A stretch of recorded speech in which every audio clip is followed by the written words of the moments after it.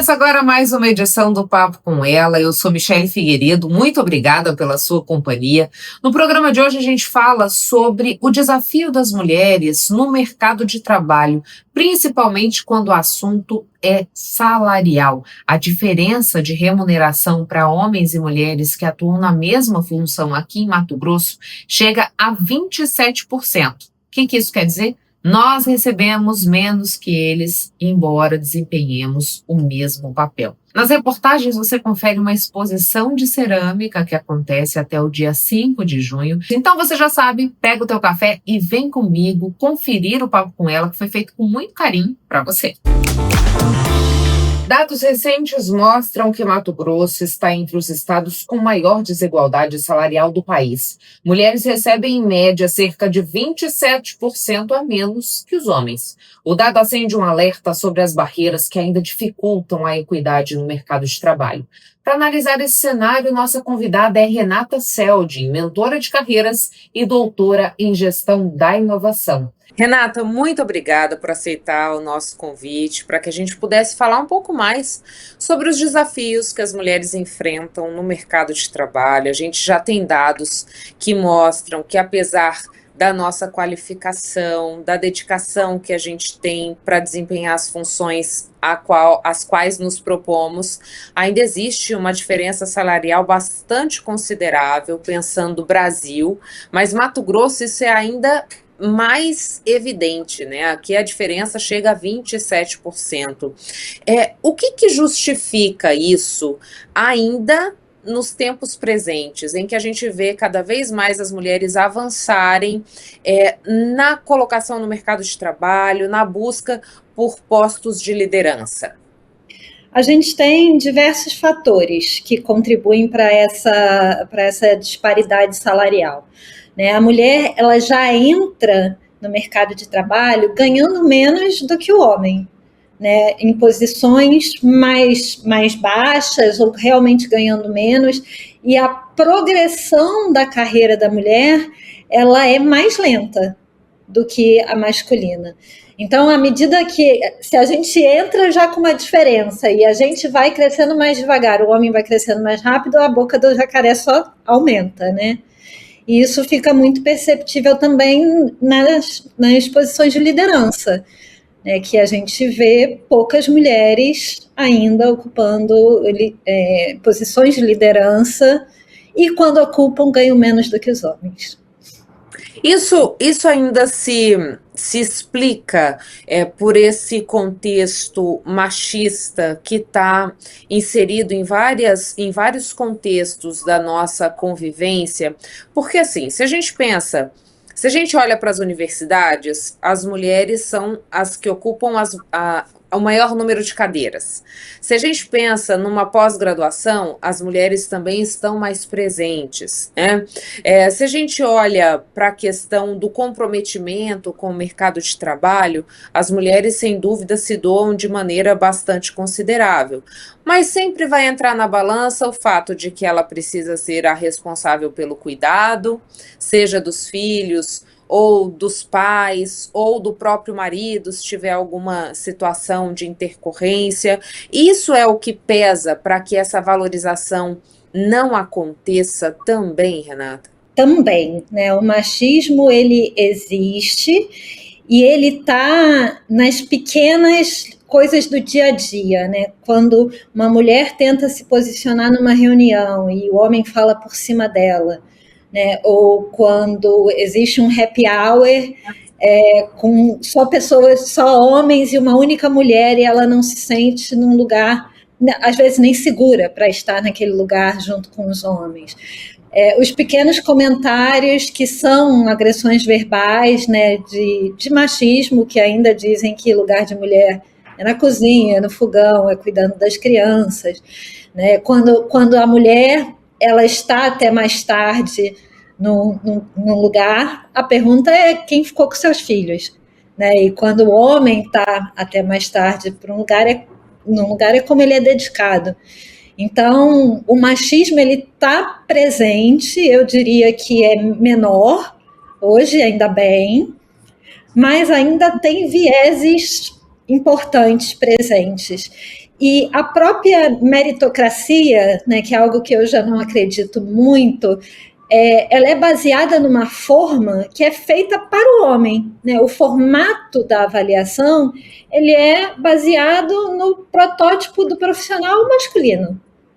Então, quando a gente vai ser medida em termos de performance, né, por uma forma que a gente não cabe, é natural ou triste, mas, né, é natural que a gente fique em segundo plano. Renata, deixa eu te perguntar o seguinte, vou te perguntar no contexto que a gente debate também a violência contra a mulher, porque acaba que está tudo amarrado, né? A gente teve a aprovação da legislação da igualdade salarial, que a gente sabe que tem ali um mecanismo que prevê multa, inclusive para as empresas, onde for constatada essa diferenciação para homens e mulheres na remuneração que desempenham o mesmo cargo. Trabalhar só o caráter punitivo vai ser suficiente para que a gente mude isso que é, de certa forma, cultural no Brasil?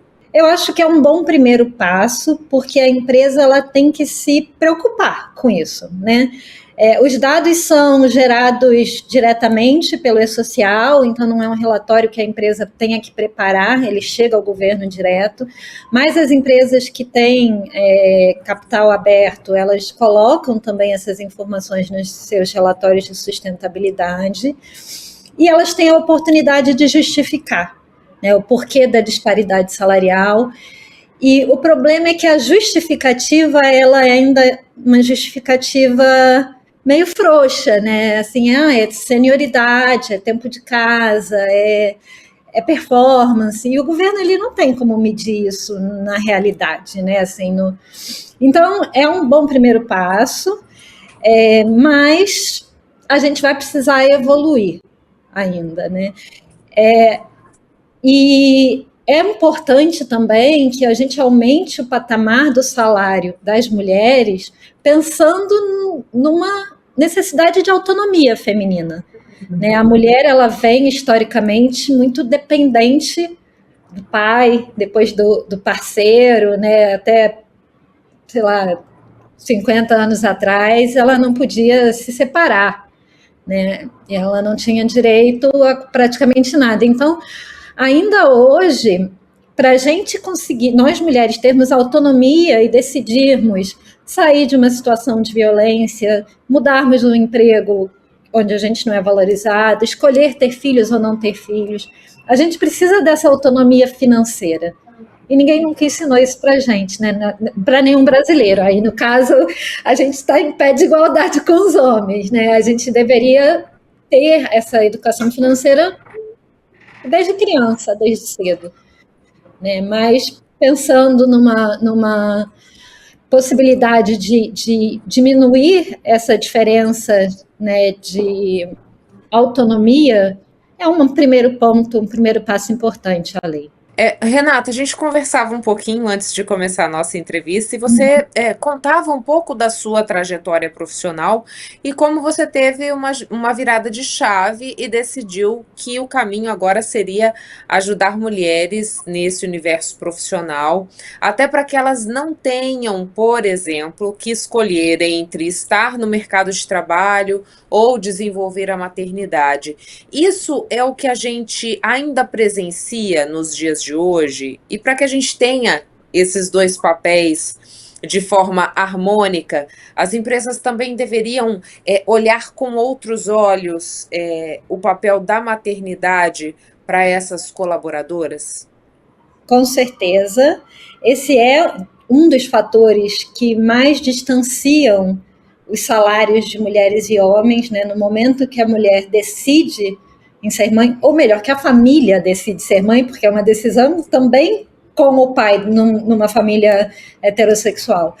Então, a mãe, ela para a carreira, ela fica estagnada por um tempo, enquanto o pai segue adiante, né? Mesmo na licença parentalidade, né, a mãe ela fica pelo menos 4 meses assegurada pelo INSS, o pai agora com a nova lei fica, está aumentando para mais 20 dias, mas para criar um vínculo com a criança isso é muito pouco, né? Então, a maternidade, ela é uma questão que está no cerne dessas diferenças, e é um caso específico meu, assim, né? Isso foi uma questão que eu tive que lidar, né? Eu optei por avançar com a minha carreira primeiro, eu tinha um objetivo, um cargo que eu queria atingir, e eu não pensava em ser mãe antes de ter aquela estabilidade e aquele reconhecimento,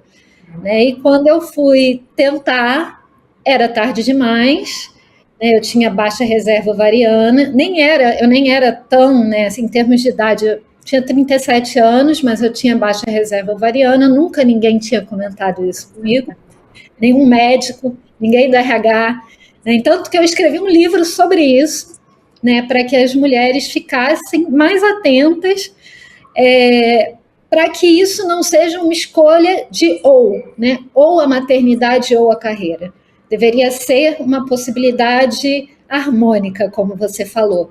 Para isso precisa de planejamento, precisa de estar numa empresa que te dê condições, né? E existem muitas políticas que podem ser implementadas para que as mulheres, ao voltar da licença maternidade, elas não tenham um gap tão grande, né? Não sintam tanto essa falta, como, por exemplo, um trabalho mais flexível, o trabalho em período remoto, treinamentos específicos que a coloquem, né, mais adiante com relação a esse tempo perdido.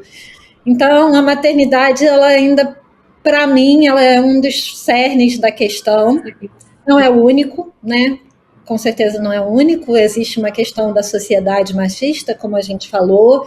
Existem questões de acesso à educação, mas a maternidade, ela é um dos pontos que as empresas precisam falar mais, instruir as suas colaboradoras para que elas se planejem. E até nesse contexto de rotinas da empresa, o fator maternidade também deveria ser levado em conta, né? A gente falava sobre os treinamentos aos fins de semana, as reuniões no período noturno, fatores que pesam para as mulheres caso elas não tenham uma rede de apoio muito bem estruturada e estejam sozinhas nesse maternar. Com certeza. A empresa, ela deveria ser parte da rede de apoio, e hoje ela é antagonista da rede de apoio, né?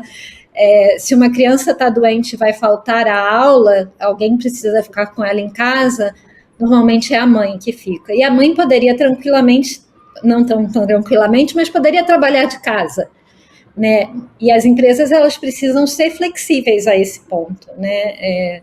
E por que não o pai a sair, pegar a criança e trabalhar de casa, né? Então, a gente precisa um pouco mais dessa flexibilidade, ter a empresa como parte do apoio, e não com a mentalidade atual de que me dê todo o seu tempo, eu quero todo o tempo disponível para a minha empresa, né? Quanto mais, melhor. Você falou para a gente do livro que você escreveu em razão desse processo que você vivenciou, e o livro é esse que a gente está vendo na tela, As Perdas no Caminho? Fala Sim. Um pouquinho dele para a gente.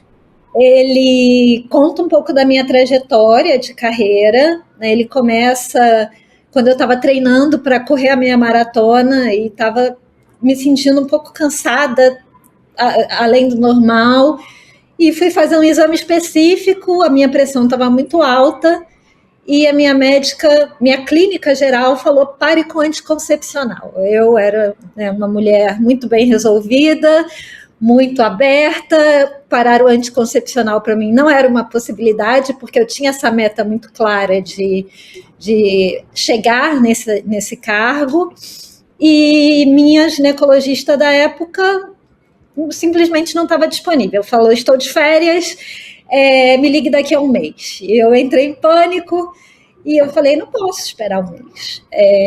Procurei outra profissional, outra ginecologista, e foi ela que falou comigo pela primeira vez, que ela me fez a pergunta: você quer ser mãe um dia? Aí eu falei: quero. Assim, eu sei que eu não quero ser mãe agora, mas eu sei que eu quero ser mãe um dia. E aí ela comentou da necessidade de avaliar a reserva ovariana e congelar óvulos. Né? E eu escrevi o livro, eu conto essa trajetória inteira no livro, de como foi primeiro com o meu parceiro, depois a separação e a decisão de continuar tentando como mãe solo. E essa decisão, ela passa por você se planejar. Assim, se alguém tivesse me falado isso quando eu tinha 30, 32, eu teria congelado óvulos bem mais cedo. Para isso, precisa de um planejamento financeiro também, por isso a gente volta no assunto, né, da autonomia financeira da mulher. E então o livro ele conta esse percurso, né, de tentativas, são mais perdas, né? Ele fala também do período de Covid, ele fala da perda da identidade de executiva, né? Porque essa mudança de carreira, ela veio um pouco com uma mudança de identidade, assim, a pessoa que entrou no mercado de trabalho depois de 24 anos não era mais aquela pessoa mesma. E eu precisei fazer uma análise do que ainda me dava prazer, do que eu queria fazer daqui para frente, de quais eram as minhas regras não negociáveis e o que eu ainda estava disposta a fazer. E hoje eu faço isso para outras mulheres, né? Eu ajudo outras mulheres com essa mentoria para que elas também tenham essa possibilidade de fazer essa autoanálise, se conhecerem, se entenderem como indivíduos nesse momento presente, como é que o trabalho se encaixa no indivíduo e não o contrário, né? E nessa perspectiva é interessante, Renata, você trazer toda a sua história, porque quando a gente vai olhar, por exemplo, dados de adoecimento por burnout, né? A gente tem uma maioria de mulheres. Quando a gente vai olhar questões de saúde mental como ansiedade e depressão, a maioria mulheres, né? Quando a gente olha as tentativas de suicídio, a maioria mulheres, embora os homens consigam mais sucesso na efetivação da tentativa, né? Mas eu acho que esse estar no mercado de trabalho, esse lidar com as diferenças que a gente já pontuou aqui, salariais, a diferença de tratamento, muitas vezes a questão do assédio, não só o moral, como também o sexual, contribuem para todos esses dados que a gente vem assistindo e tendo notícia repetidas vezes, ano após ano. Sem sombra de dúvida, né? O que é esperado da mulher é que ela performe como um homem, na forma, né, do homem, mas que ela não abra mão de nada do que era dever dela antes da gente entrar no mercado de trabalho. Então, a gente sofre a pressão de dentro de casa, de cuidar da casa e dos filhos. Nós somos uma geração, a geração sanduíche, que também cuida dos pais, a primeira geração que está cuidando dos pais. Existe a pressão financeira e existe um ambiente de trabalho que não nos favorece. Então, isso está explícito nesses números que você comentou, né? Nos índices de burnout e nas dificuldades que as mulheres apresentam no mercado de trabalho, até porque tem uma característica feminina que não é valorizada, mas é super importante no mercado de trabalho, que é a mediação de conflito, a tratativa das relações profissionais. Então, a mulher ela usa um tempo dentro do horário de trabalho, fazendo essa atividade também, que é de melhoria do bem-estar do corporativo, né? E isso não é valorizado, mas demanda uma energia, né, das mulheres. E a gente tem isso como natural. Mas a forma e faz toda a diferença no ambiente, né? Total. É por isso que a forma ela deveria mudar, né? Assim, a gente deveria ser avaliado com o que a gente tem de melhor, não necessariamente com os mesmos critérios. E aí volta lá na meritocracia, né? De que o mérito não, o sucesso não é igual para todo mundo, né? Assim, o que é sucesso para cada pessoa? né? Então, a gente deveria ter métricas diferentes. Você citou uma coisa que eu queria até aprofundar um pouquinho mais, Renata, porque eu já ouvi diversas vezes isso, não só no ambiente executivo, né, mas também no ambiente político, que é assim: se a mulher quiser galgar postos de liderança, quiser manter um mandato eletivo, se ela quiser estar em espaços de decisão, ela precisa se portar com um viés masculinizado, seja na escolha da roupa, seja nas bandeiras que defende, e aí a gente cai numa outra armadilha, né? A gente fala tanto que para mudar o nosso contexto, nós precisamos de mulheres nos espaços de poder, mas quando elas chegam a esses espaços, numa tentativa de se manter, elas acabam mudando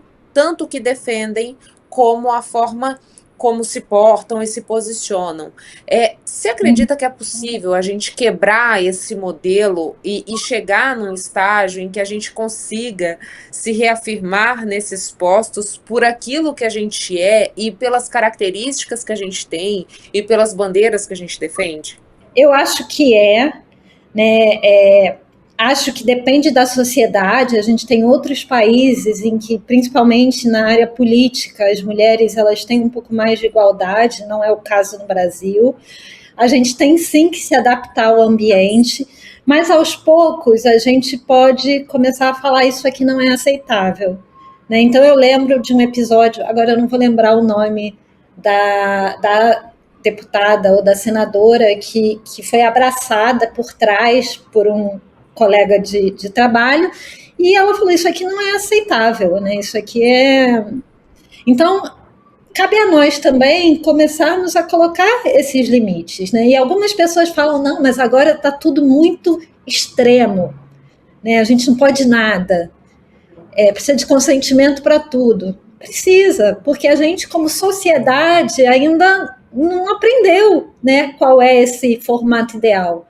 Então, enquanto não aprendeu, que se peça o consentimento, né? Que se trate com o devido afastamento e respeito que aquela mulher merece por estar naquele lugar que ela conquistou, né? Então, eu acho possível, e temos bons exemplos, poucos ainda, mas bons exemplos de mulheres que estão fazendo isso. Renata, muitíssimo obrigada pelas informações aqui no papo. Deixo o espaço disponível caso você queira trazer mais alguma contribuição nessa conversa que a gente teve. E parabéns pelo trabalho que você vem desempenhando, ajudando outras mulheres nesse caminho profissional.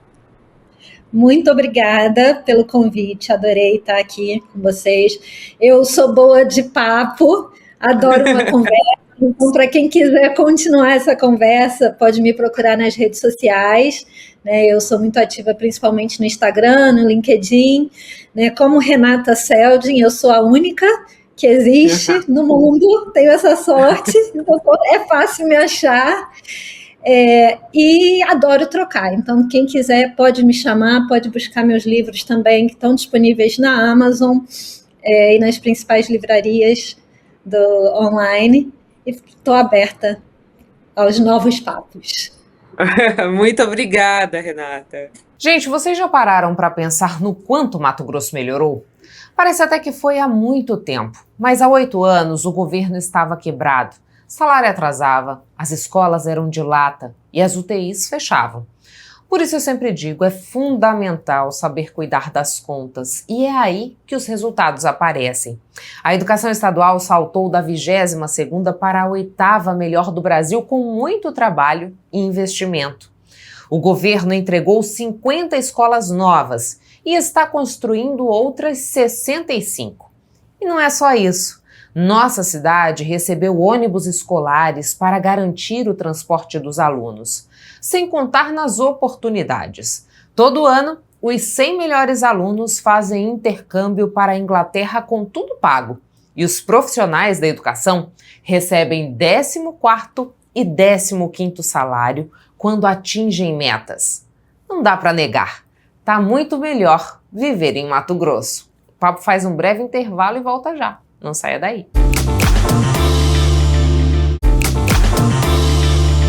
Sheila, muito obrigada por aceitar o nosso convite, para a gente falar um pouquinho dessa iniciativa que você teve de colocar o holofote sobre um assunto que preocupa pais, preocupa professores, preocupa alunos, que é a crescente da violência nas escolas, né? A Assembleia aprovou no ano passado, foi sancionada uma legislação que coloca o mês de abril como um momento de discutir o combate e a prevenção à violência. Onde foi que você buscou referências para tratar desse assunto no parlamento? Chegou uma demanda da sociedade até você para que você tivesse essa iniciativa? Michele, prazer estar aqui com você. Eu gosto muito de falar com você. Você é uma mulher inspiradora. Muito obrigada. Né? Que lindo esse lugar aqui, o papo com ela, né? Maravilhoso, a cor, tudo tá lindo. Bom, quem me procurou foi a BIM, né? O pessoal da BIM tinha amigos em comum com o superintendente e era um assunto que preocupa muito e não está sendo dito isso. Mato Grosso não está falando sobre a violência que está acontecendo nas escolas de forma enfática dentro da política pública, dentro do governo, como um problema que tem acontecido seriamente na nossa sociedade. E para mim foi uma surpresa com os números, né? Na realidade, a BIM me mostrou alguns casos, porque eles fazem um estudo e eles direcionam isso para o governo federal tomar as suas atitudes e fazer as políticas públicas em nível federal. Mas o estado de Mato Grosso, hoje se a gente procurar dados em Mato Grosso, a gente não tem. A gente precisa ficar procurando na internet os casos que a imprensa divulga. Então, isso é muito sério. A gente tem, em menos de 2 meses, tem acontecido muito. A gente tem aqui em Mato Grosso, a gente já sabe que deve ter acontecido em menos de 2 meses uns 4 casos publicizados de violência em escolas. E violência extrema, né? Porque a gente tem visto uma pancadaria do sem fim, ameaças de ataque. Nós tivemos em Rondonópolis uma ameaça de ataque, depois, parece que semana passada, ela voltou novamente a fazer ameaça. Nós tivemos uma quebra generalizada numa escola estadual ali no Tijucal, né? Nós tivemos um caso em Várzea Grande que está em investigação de estupro, né? Eles falam sobre isso. Eu não me engano, foi esse ano ou foi no final do ano passado, em Rondonópolis, na mesma escola também, um menino que esfaqueou a colega. Isso só que eu me lembre aqui, fora vários outros, parece que aconteceu algum Hoje de manhã eu estava conversando com um repórter, ele falou de algum, eu não vou me lembrar agora, não sei se foi Sinop também. Então, assim, nós não temos dados. O que está acontecendo? A gente precisa esclarecer isso. Então, se tornou muito sério. É um caso de segurança pública mesmo.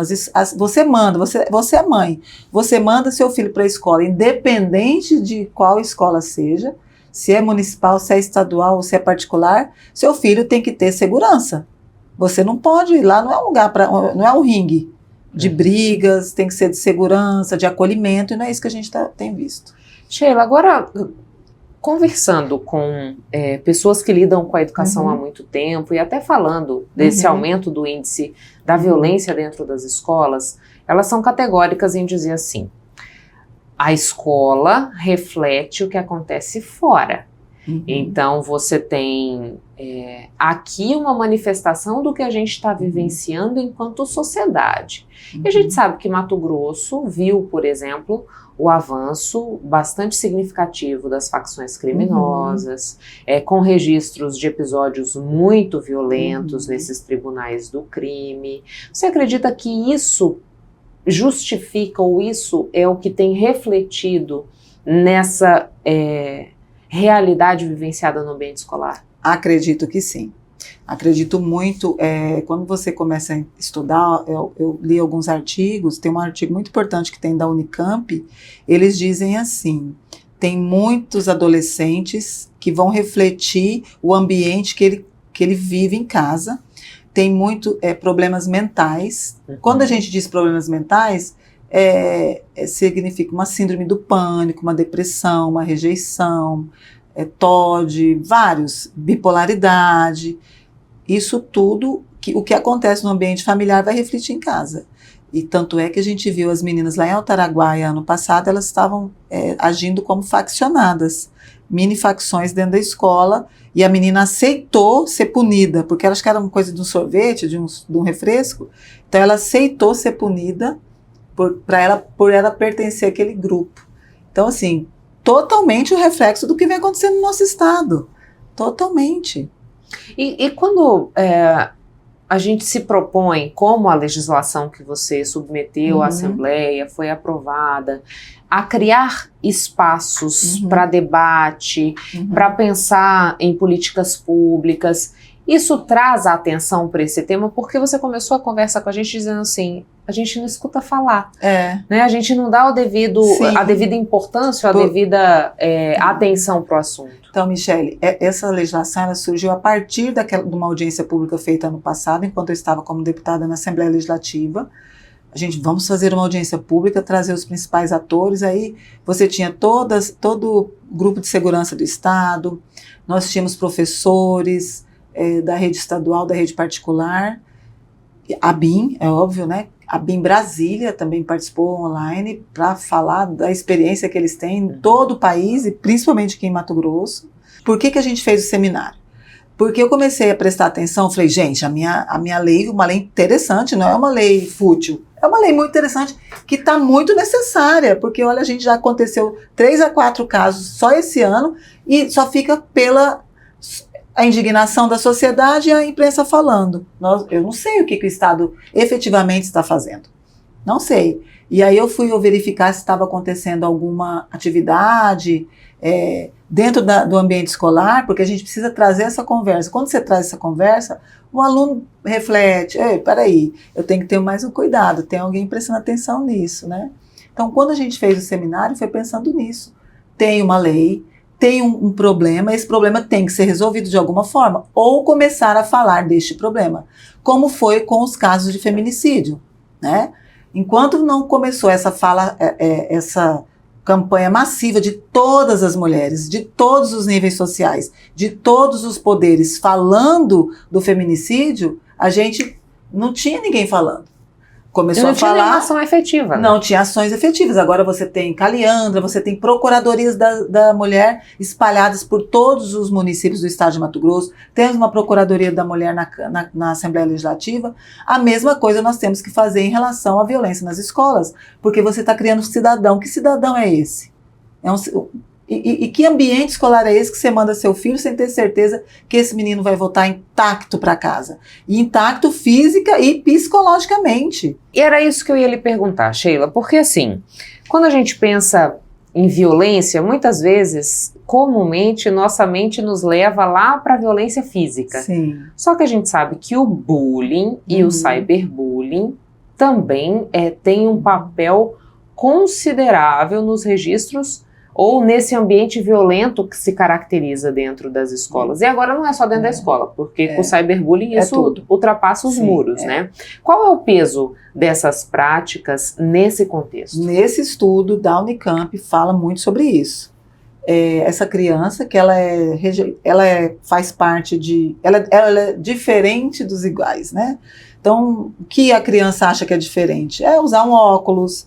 Talvez a criança, você está na adolescência, tem espinha, talvez você usa um aparelho, talvez você tenha uma deficiência, né? Então, o que acontece?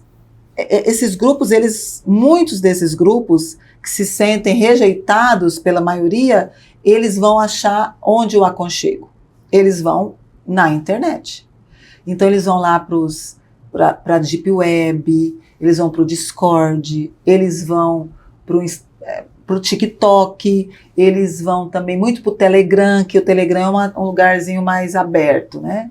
Então, e a mesma coisa se diz a BIM fala sobre isso, mas esse estudo da Unicamp, ele diz isso, nesses ambientes ali, do Telegram, do Discord, tem outro nome lá, que eu não lembro agora, um nome diferente, Reddit, uma coisa assim, Ali que essas crianças são acolhidas e elas estão muito fragilizadas, né? Elas já são excluídas e é ali que elas vão ser cooptadas por esses grupos que vão transformar elas em prováveis pessoas violentas. Você está fazendo bullying comigo? Então, em vez de você conversar isso na escola, a escola abrir esse papo, né? De abrir esse papo. O que tem acontecido muito também, que as pessoas têm me perguntado, é o que acontece depois? O que aconteceu com essas crianças que foram descobertas fazendo atos de violência nas escolas? O que Mato Grosso faz? Como que é o manejo, né? Como? A gente precisa... E amanhã a gente vai ter lá o pessoal da Secretaria de Educação e nós vamos poder entender o que vocês fazem com isso. Essa criança, como que é o pós-descoberta? Como é o pós-ameaça de ataques, de massacre? Vou massacrar, vai ser violento, elas falam, né? Então, isso tudo a gente vai descobrir, porque isso aí eu vou descobrir junto com a sociedade, junto com a população, porque não está ninguém falando sobre isso, Michele. Eu não estou vendo a política pública, o gestor governamental, todos eles eu não vejo falar sobre isso. Você acredita, Sheila, que o advento do ECA digital, de alguma maneira, influencia nessa questão da violência nas escolas, uma vez que você está dizendo pra gente, né, se existe o bullying, o cyberbullying, se essa criança, esse adolescente se sente excluído, ele busca esse aconchego nos grupos extremistas que estão na internet, o ECA digital pode ser uma ferramenta de contenção? Com certeza. Mas assim, quais são os pais que se preocupam com isso? É muito sério, porque eu conversei, não sei com quem que eu estava conversando, assim, esses pais de hoje, eles acabaram de sair da adolescência deles. Muitos. É um peso muito grande. Então é muito fácil você deixar uma criança... Eu estava num evento ontem, um evento muito adulto, tinha umas 5 crianças lá. Aí eu cheguei neles e falei assim, hoje vocês estão no paraíso, né? Porque eles estavam na internet, no celular, da hora que eu cheguei até a hora que eu fui embora. Por quê? Porque era um ambiente que todo mundo estava trabalhando ali, não tinha outra coisa. Quem que estava de olho naquelas crianças? Então, assim, é claro que tem todo... Eu tenho um amigo que ele fala, Sheila, eu vejo aqui tudo que minha filha acessa. É um link direto no celular, né? Eu falei, nossa, me explica como que é isso, né? Aqui tem horário, ela fala, pai, libera mais 30 minutos. Você coloca um limitador de tempo, né? Pai, libera mais 30. Eu falei, tem isso? Tem, Sheila, eu vejo tudo com quem ela fala, a conversa que ela está tendo. Então, isso é muito importante. O pai consciente. Por isso que tem essa legislação, para também conscientizar os pais. Porque a criança vai falar em casa do que ela está ouvindo na escola. Olha, lá na escola hoje teve um evento, a gente falou sobre bullying, cyberbullying, como que combate violência na escola, como que eu tenho que respeitar meu colega. Isso é replicado em casa. Mas essas legislações novas que segura, que protege a criança tem que ser protegida da internet. Não foi um ambiente que foi criado para elas, né? Não. Só que elas estão lá. Não, porque daí é um nicho muito bom, né? Você vê crianças, tudo que elas veem lá, elas querem comprar, elas querem consumir. E aí na nossa época, a babá era a televisão, né? Eu fui da geração Xuxa, apesar que eu já era um pouco maior, né? Eu assistia Sítio do Pica-Pau, mas acho que com 12 eu assistia Xuxa. Mas tem gente que fala que a Xuxa era a babá, ficava lá o dia inteiro vendo aquilo. Hoje em dia é YouTube. Porque o YouTube é terra de ninguém, né? E Sheila, se a gente pensa no desempenho escolar, na taxa de evasão, no avanço, né, na continuidade desse processo escolar saindo ali do ensino médio para a universidade, um contexto de violência quebra com certeza essa questão. Com certeza. Como que estão saindo esses jovens? Como que esses jovens estão indo para a universidade? Quais são esses... Será que eles vão conseguir chegar? Né? Então você está vendo aí uns adolescentes super violentos, que eles acham que aquilo ali é a saída. Gente, violência não é a saída. É bom você ter uma vida tranquila, você buscar o seu caminho da forma melhor possível. Então, eu vejo assim, um ambiente é muito complicado. Uma pessoa estava conversando comigo que ela vinha no Uber e o Uber falou bem, ela começou a falar do seminário, ela começou a falar com o Uber sobre esse seminário. E ele disse assim, olha, a minha filha, ela sofre bullying porque ela estuda. Ela sofre bullying porque ela tira nota alta. Como assim? Quem tem que ser penalizado é quem não estuda. Então, vamos estudar, corre atrás. Aí, ó, a amiga tá super bem. Gente, tem que estudar. Não vem essa de que... Agora tem uma moda aí, você joga a carteira CLT, a pessoa sai correndo, né? Como se trabalhar fosse ruim. A gente precisa estudar. Enquanto você não está estudando, o filho do outro lá está estudando, ele vai sair na sua frente. Então, nós precisamos estudar sim. A escola tem que ser um ambiente tranquilo e calmo. E o governo, as políticas públicas têm que atender dentro dessa escola também. Porque não é só melhorar índice. Né? Porque melhorou o índice, subiu de 20º não sei quanto para 8º. E que índice que foi esse? Desculpa, mas você subir índice de ensino em menos de um ano? Como que está o ambiente dessa escola? Primeiro a gente vê estudante jogando uniforme fora. Como se, né? Caderno, uniforme. Depois você vê estudante agredindo o professor. Você vê estudante esfaqueando o colega. Você vê estudante estuprando outra dentro da sala de aula. Que nível de escola que é esse? Que número que é esse que subiu? Qual que é esse parâmetro, esse índice que eles estão medindo? Segurança não conta? Né? Sheila, muitíssimo obrigada. Parabéns pelo trabalho, por esse movimento que você starta aqui no nosso estado. Deixo o espaço à disposição caso você queira trazer mais algum esclarecimento. Bom, eu quero agradecer muito você dar essa oportunidade para eu falar. Hoje eu sou uma deputada suplente, né? E como eu fiz a legislação e eu vi que ninguém estava falando nada sobre isso, não pode ser uma lei que fica engavetada, é muito sério. Nós estamos falando de crianças, nós estamos falando de adolescentes, que vão ser os futuros políticos, as futuras médicos, jornalistas, e o ambiente da escola tem que ser um ambiente seguro. Então a gente precisa, o governo do estado, o governo federal, os professores da escola particular, das escolas públicas, eles precisam tocar nesse assunto. Isso tem que ser de forma transversal dentro do ensino. Não pode ser só naquele momento, só numa disciplina ou só uma fala. Isso tem que ser dito sempre. A escola tem que ser um ambiente seguro. Eu nunca tive medo de ir para a escola. Eu nunca tive medo. Você já teve medo de ir para a escola? Não, Michele? não. Tem criança hoje que tem pânico de ir para a escola. Eu tenho um afilhado que a mãe dele falou... Bom, eu lembrei disso. A mãe dele falou assim, Sheila, eu preciso de trocar o menino de escola. Eu falei, por quê? Não, ele não me fala, está acontecendo alguma coisa na escola dele que ele não quer mais ficar lá. Eu nunca tive isso. Não pode ser assim. Então a escola tem que ser um ambiente acolhedor, que seja tranquilo e tenha paz para a criança estudar, para a criança aprender, porque é o futuro do nosso estado, gente. Quais são os cidadãos mato-grossenses que serão esses cidadãos mato-grossenses do futuro, se a gente não tiver uma escola acolhedora e segura? Muito obrigada. Obrigada. Intervalo, a gente volta já.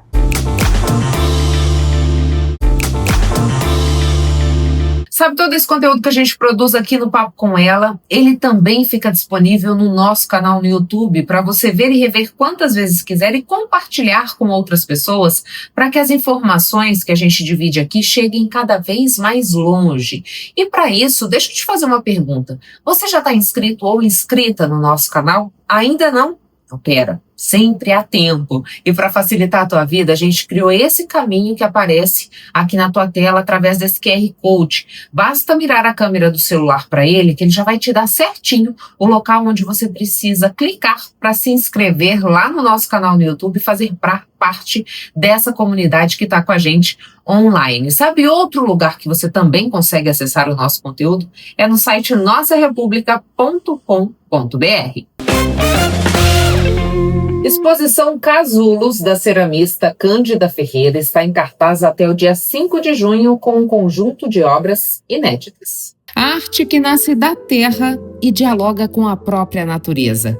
Uma exposição em Cuiabá convida o público a enxergar beleza onde muitas vezes o olhar cotidiano não alcança.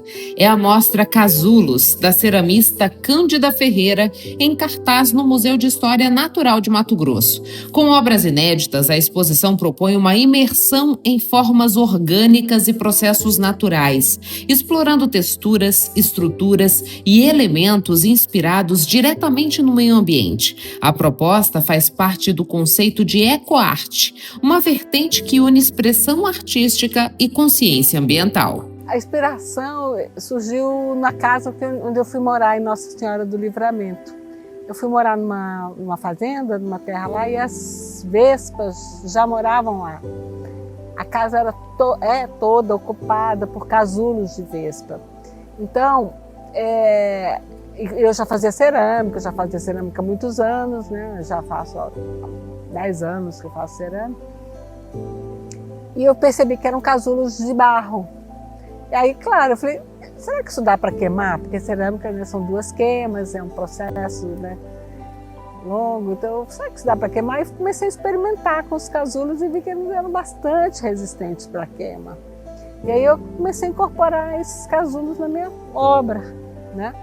Eu comecei a fazer esculturas com casulos, né? Depois eu fui para o bidimensional, né?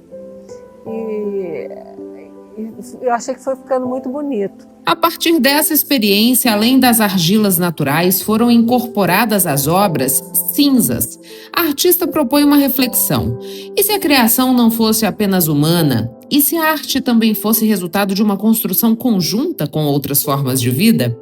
Então são 2 momentos, por isso que eu falo cocriação, né? O momento em que eu me inspiro, trago o casulo para a minha obra, e tem o momento que a vespa traz as minhas obras para a ocupação delas, né? Para a casa delas. Então, essa que é um trabalho junto. Obviamente, daí eu pensei, e os ninhos de João de Barro, será que dá para queimar? E o cupinzeiro, será que dá para queimar? E fui experimentando com tudo. Mas realmente o casulo é o que tem mais força e que dá um resultado mais bonito, né? E que volta, né? Eu ocupo. O João de Barro não vem ocupar minha peça, né? Não faz o ninho ali, né? Nem o cupim, né? Mas a vespa sim. Então a cocriação é com a vespa, né? Além das peças, a exposição traz uma experiência sensorial completa. Videoarte e paisagem sonora ajudam a construir uma atmosfera imersiva, conectando o público com o processo criativo. Mais do que uma exposição, Casulos também é um espaço de aprendizado e troca. A programação inclui oficinas gratuitas de cerâmica, ecoarte, escrita criativa e encontros com artistas e pesquisadores. Uma experiência que une arte, ciência e natureza e convida o público a repensar a forma como se relaciona com o mundo ao redor. Eu quero muito que as pessoas não tenham mais medo de vespa. Eu sei que o marimbondo é perigoso, pica, tem gente que é alérgica, enfim, mas não é o sabe, o ato, você chegou perto do marimbondo, ele vai te picar, não é assim, né? Chega com calma, silêncio, que ele não pica. Agora, essa vespa que faz o casulo de barro, ela não pica. Então não precisa sair matando, tem insetos que não picam, estão ali, né, e não picam. Então, eu queria realmente que as pessoas se tocassem por seres minúsculos que são importantes. Até uma defesa muito grande da abelha, né? Todo mundo falando, olha, se acabar a abelha, acaba o mundo, porque a polinização e tudo. Mas também os marimbondos, as vespas e os cupinzeiros. A exposição foi contemplada pela Secretaria de Estado de Cultura, Esporte e Lazer no edital Viver Cultura, edição Política Nacional Aldir Blanc. A mostra segue aberta ao público até o dia 5 de junho, com entrada gratuita. As pessoas costumam pensar a arte como de costas para a vida, de costas para o mundo, né? E para mostrar que não, que tem muito artista que está muito conectado com o mundo, com a natureza, com os problemas relacionados ao humano ocupar o mundo, né?